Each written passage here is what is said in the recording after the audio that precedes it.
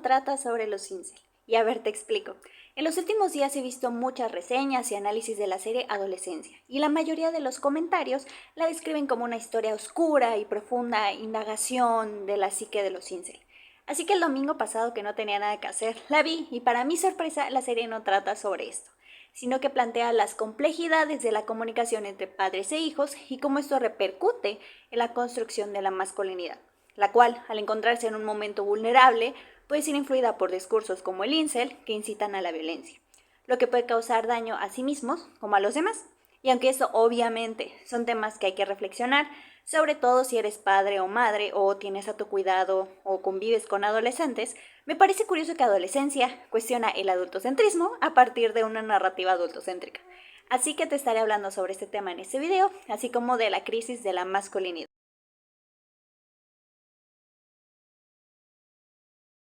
Antes y como siempre, un poquito de contexto. Adolescencia es una miniserie británica de 4 capítulos estrenada el 13 de marzo de 2025. Sí, como ves, voy un poquito tarde con el chisme, pero nunca es tarde para un chisme en realidad. Esta serie fue creada por Jack Thorne y Stephen Graham y dirigida por Philip Barantini. La serie nos cuenta la historia de Jamie Miller, un niño de 13 años que es acusado de desvivir a Katie, una compañera de su clase. Jamie desde el principio asegura que es inocente, sin embargo la policía tiene pruebas contundentes que prueban su culpabilidad. Pero lo que les falta es el motivo de Jamie. Mientras investigan, los policías observan que quizá este motivo tiene que ver con la comunidad incel y el acoso escolar. Y bueno, si tienes un poquito de tiempo en internet, seguramente habrás escuchado este término, el término incel, particularmente ocupado como insulto. Pero puede ser que igual que yo no supieras todas las implicaciones violentas que este término, o mejor dicho, su discurso radical ha provocado. Así que no está de más explicarlo. El término incel es el acrónimo de la expresión inglesa involuntary celibate, celibato involuntario. Este concepto surgió en 1997 cuando una mujer canadiense llamada Alana creó un blog con el término incel con V, para que la banda pudiera compartir sus experiencias y recibir apoyo de gente que se sentía sola, que nunca hubiera tenido relaciones sexuales o que no hubiera tenido una relación en mucho tiempo. Lo que empezó siendo un espacio de encuentro para expresarse y crear comunidad al compartir experiencias comunes, durante la primera década de los 2000 rápidamente adquirió un tono más extremista y violento, en donde adquirieron retóricas misóginas y racistas que incitaban a la comisión de delitos graves. Varios de ellos, lamentablemente, fueron llevados a la práctica, como es el caso de Jamie. O al menos eso es lo que dicen tanto los personajes a su alrededor como las reseñas, aunque el mismo Jamie dice que no se siente identificado con ese término ni con esa comunidad. Pero ya contaré de eso un poquito más adelante. Ahora te comparto algunos puntos generales de algunas cositas que me parecieron buenas y no tan buenas de la serie.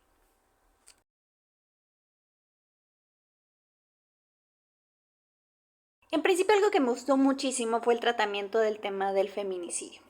En buena parte de las series de crímenes reales o ficticios también suelen centrar toda su atención en los detalles escabrosos del crimen, porque obviamente eso es lo que genera mayor morbo de los espectadores y pasándose por el triunfo el respeto de las víctimas. Pienso por ejemplo en el caso de la serie de Jeffrey Dahmer, que hasta los familiares de las víctimas se quejaron por la manera en que expusieron los crímenes en la pantalla. En el caso de Adolescencia, el feminicidio no es mostrado como tal. Lo que tenemos es un video que no alcanzamos a ver muy bien, aunque es lo suficientemente sugerente para saber qué fue lo que sucedió. Esto por supuesto tiene su parte buena y su parte mala.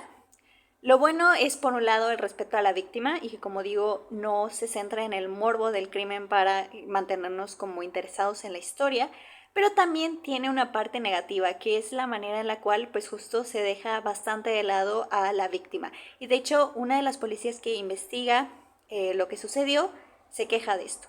¿Sabes lo que no me gusta de todo esto? Dime. Es que el agresor siempre se lleva a los titulares. Un hombre violó a una mujer. Hemos seguido el cerebro de Jamie durante todo este caso. ¿No? Sí. Katie no es importante, Jamie sí. Todo el mundo recordará a Jamie, nadie la recordará a ella. Eso es lo que me molesta. En serio me encabrona. Otro aspecto positivo, y de hecho creo que el mejor, es sin lugar a dudas las actuaciones. Owen Cooper, que es el morrito que interpreta a Jamie, es increíble. Tiene un rango actoral impecable que va de esto. Ok. Jamie Miller. Son las 6:15 de la mañana y estás bajo arresto por sospecha de asesinato. A esto. ¡No me dirás cuándo debo sentarme! ¡Tú no controlas lo que yo! ¡Mírame! ¡Tú no controlas lo que hago en mi vida! ¡Métetelo en esa cabeza de mierda! ¡Carajo! Es el único. Otro gran actor es Stephen Graham, que es el padre de Jamie, Eddie. Y no manches, el capítulo 4, él se lo carga en el hombro y da un cierre espectacular a la serie. Muy emocional, muy emotivo también, y me pareció increíble. Menciona también a Ashley Walters, quien es el que interpreta al inspector Luke Bascom, y Erin Burgundy, que es quien hace la brillante actuación de la psicóloga que examina a Jamie en el capítulo 3, que creo que es de lejos el mejor capítulo de la serie. Bueno, como algo no tan bueno, es que debo decir que la serie a veces se siente un tanto lenta y aburrida. Una cuestión a nivel técnica que tiene esta serie y es que cada capítulo fue grabado en una sola toma y eso obviamente implica un gran trabajo de producción, pero a nivel narrativo como que lo hace un poquito lento a mi parecer. Particularmente el segundo capítulo se siente como que nada más estás dando vueltas a lo menso a la escuela y se me hizo medio cansadón. Y obviamente se entiende que la manera o la razón por la cual quisieron hacerlo así es justamente como para mostrar pues que los policías están perdidos y todo eso, pero sí se siente como cansado verlos subir y bajar las escaleras y digo, no, o sea, te digo, se siente como medio cansadón. Y bueno, estos son como mis comentarios generales de la serie. Ahora sí vamos a hablar acerca del contenido, que es pues justo lo que me parece más interesante.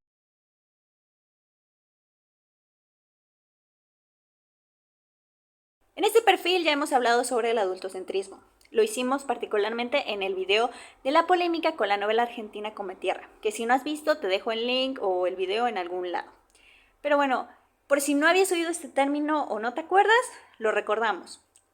El adultocentrismo es un conjunto de prácticas que fomenta la creencia de que las personas adultas son superiores sobre otras generaciones como la niñez, adolescencia y juventud, lo cual se traduce en que se descalifiquen sus ideas y sentimientos y se les excluya de la toma de decisiones. Si no se entendió bien todavía, esta escena de Matilda lo explica perfectamente. Escucha, niñita, genio. Yo soy grande, tú pequeña, estoy bien, tú mal, soy listo, tú tonta. Y eso no vas a poder cambiarlo. Y bueno, no se requiere ser el señor Wormwood para ser adultocéntrico. En general, cuando solemos relacionarnos con gente más joven suele traslucirse ese discurso y en la serie de adolescencia expone la incapacidad de los adultos para relacionarse de manera horizontal con los adolescentes. Pero la manera de exponerlo es con una narrativa adultocéntrica. No sé si me explico, pero dame chance. En varias reseñas de la serie se comenta que Jamie es el protagonista, pero no es así, porque no tenemos la historia desde su perspectiva. Lo que tenemos es a los adultos a su alrededor intentando entender por qué hizo lo que hizo. Esto es interesante porque nos deja a los espectadores la chamba de construir una respuesta con base en lo que van descubriendo los personajes conforme avanza la trama, pero falla al transmitir el mensaje de advertencia del consumo de contenido machista y misógino en Internet que puede influir en la realización de actos violentos. Esto porque en ningún momento de la historia se nos dice claramente la motivación de Jamie. Por ahí se sugiere que tuvo que ver con el consumir y contenido incel, pero a él cuando se le pregunta dice que no se siente identificado con ellos y que al contrario, que son una comunidad patética y que si bien está de acuerdo con ciertas cosas, pues no, él no se identifica como tal, pues. Por ahí también se sugiere que la razón puede estar vinculada con que Katie le hacía bullying a Jamie, pero tampoco vemos nada de eso. Y tú me dirás, bueno Tania, pero es que no todas las historias tienen que mostrarnos claramente y concisamente el mensaje como si fuera la reflexión final de La Rosa de Guadalupe, y estás en lo correcto. Sin embargo, en este caso me parece que se requiere más contundencia en ese sentido por el público al que va dirigida la serie, que son los papás o cuidadores de adolescentes e infancias. Porque sí hay que decirlo, esta serie, pese a su nombre, no está pensada para que los adolescentes la vean y digan, ah, no ma, está feo lo de los incel, sino para que los papás y cuidadores se preocupen de si su comunicación con sus hijos o adolescentes es efectiva. Y esto es evidente porque no solo Jamie, sino que todos los demás adolescentes que aparecen en la serie nunca tienen voz y son ignorados totalmente por los adultos de su entorno. En particular, esto se observa en el capítulo 2 cuando nos encontramos con dos personajes, Adam y Jade. Ahora explico. El primero de ellos, Adam, es un chico que va a la misma escuela que Jamie y es el hijo del detective Bascom. La primera vez que lo menciona, su papá se ríe un poco con su compañera de que Adam está fingiendo estar enfermo para no ir a la escuela. Y eso se lo atribuye a la hueva que al chile pues da ir a la escuela, pero cuando vemos cómo tratan a Adam, pues vemos que no es hueva, sino que es víctima de acoso escolar. Y aunque su papá es policía y digamos que es una persona confiable para compartirle este tipo de situaciones, ya que él es parte del sistema de impartición de justicia, Adam no lo hace porque justo no le tiene confianza a su papá, porque sabe que en lugar de darle un consejo, lo va a regañar o que incluso le va a dar el avión, como si sucede. El detective pasa un ratote, como dije, perdido en la escuela, sin hallar el móvil del crimen, sin hallar el arma, que es una parte importante de las evidencias que necesitan para poder enjuiciar a Jamie. Y es ahí cuando Adam decide finalmente hablar con su papá. Por primera y única vez en la serie se medio explica lo incel y la cara del detective es la de la niña del meme. El segundo personaje adolescente ignorado de esta serie es Jade. Ella también es estudiante de la escuela de Jamie y era la mejor amiga de Katie. Jade desde el primer segundo en que aparece está a la defensiva y es muy mordaz con su forma de contestar. Es entrevistada por Bascom y ella se niega a contar lo que sabe e incluso le empieza a decir a la policía que tendrían que estar haciendo su trabajo en lugar de estarla molestando y que tendrían que estar dejando de revictimizar a Katie buscando como motivos ocultos, ¿no? Luego, después de eso, se agarra a golpes Jade con un amiguito de Jamie, pero la escena más triste de Jade es una que sucede después de esta pelea. Una profesora empieza a hablar con ella y Jade parece que se va a abrir y confiesa que está enojada y triste por lo que le hicieron a su amiga, que era la única que la entendía. Y justo cuando parece que se va a lograr esta apertura, la maestra le dice que llamó a su mamá y que debería ir al psicólogo. Esto hace que Jade se cierre de nuevo y se vaya molesta, porque así como Adam decide no hablar con su papá porque sabe que no le van a escuchar, Jade también, en el único momento en el cual decide hablar con un adulto, el adulto le da el avionazo, así como de que, pues qué mal pedo. Ambos casos muestran dos de las peores maneras de acercarse a los adolescentes y a las personas en general, que es desde la condescendencia o dando consejos no pedidos. ¡Ay, qué padre tus cositas incel! ¡Ay, qué mal pedo que se murió tu amiga! ¡Ve al psicólogo! Ambos chicos lo que querían era ser escuchados nada más. ¿Quién lo diría? Como comenta el psicopedagogo César de la Hoz, lo que los hijos quieren de sus padres es sentirse escuchados, no que les solucionen el problema. Lo que necesitan es sentirse comprendidos y acompañados. Y esto es lo que no vemos en la serie. Los adultos ven las brechas abiertas, pero no hacen mucho por cerrarlas, y si bien intentan hablar con ellos, lo hacen desde la absoluta condescendencia, propia del adultocentrismo, y eso tampoco es la solución. En el artículo Significado de condescendiente, comprender la psicología detrás de hablar con condescendencia a los demás, se explica que cuando en una relación, sea cual sea, una de las partes trata a otra con condescendencia, en la mayoría de sus interacciones se puede provocar aumento de la ansiedad y el estrés, baja autoestima, resentimiento, frustración, retraimiento social y depresión y entumecimiento emocional, entre otras, por supuesto. Pues cuando a alguien se le hace sentir con frecuencia menos inteligente, menos capaz o desinformado, esto puede afectar su confianza y esto es lo que vemos justamente en Adam y Jade y en el mismo Jamie. Todos ellos son chicos con ganas de sentirse entendidos, pero los adultos a su alrededor se acercan desde la lástima, como lo hace la maestra de Jade, con culpa, como lo hace el padre de Jamie, o con temor, como el detective Bascom. Entonces, en ese sentido, el mensaje de adolescencia es claro. Hay que buscar escuchar a los jóvenes con los que convivimos y queremos, pero no lo vamos a dejar hablar aquí. Mejor échate este plano de secuencia de policía bajando las escaleras. Para adultos, yo creo que esta ausencia de las voces adolescentes genuinas en esta serie tiene que ver con esto que comentaba hace un rato, de que esta es una serie hecha por adultos para adultos. Y esa parte no me encantó. La historia básicamente toma uno de los momentos más complejos de la vida de la mayoría de los seres humanos, que es la adolescencia, pero no desde la perspectiva de los que la están viviendo, sino desde afuera. A mí claro que me gustan esas historias con narradores externos que como que nunca entienden bien qué pedo. Y como te decía, tú como espectador debes reconstruir lo que sucedió. Sin embargo, en este caso, sí me faltó que dieran un espacio para que los chicos se expresaran y con ello redondear esta moraleja, llamémoslo así, de que las voces de los adolescentes deben ser escuchadas también.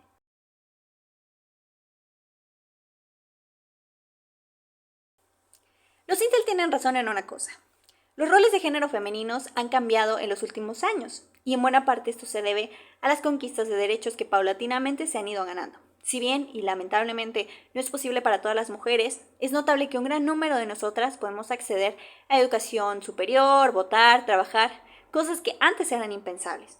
Y la posibilidad de que las mujeres tengamos mejores condiciones materiales también ha modificado lo que buscamos para entablar una relación sexoafectiva.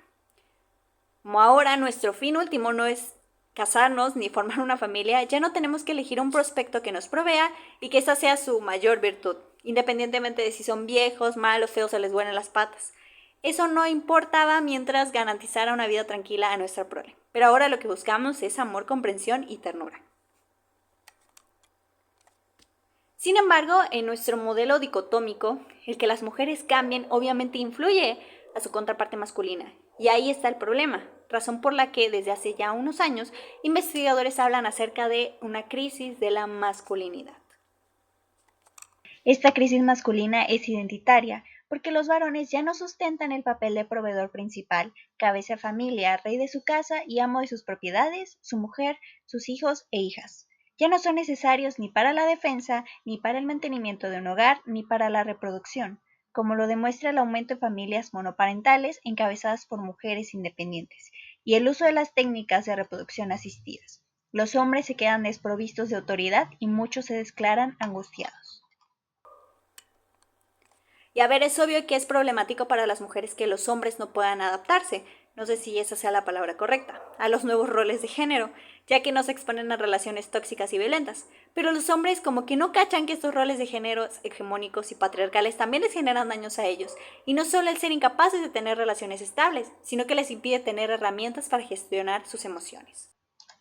Debido a que la furia es la única emoción que socialmente se le permite sentir a los hombres, no saben cómo hacer frente al miedo, al odio, a la desesperación, a la tristeza. Por ello es frecuente que recurran a la violencia contra sí mismos o contra los demás para poder expresar estas emociones.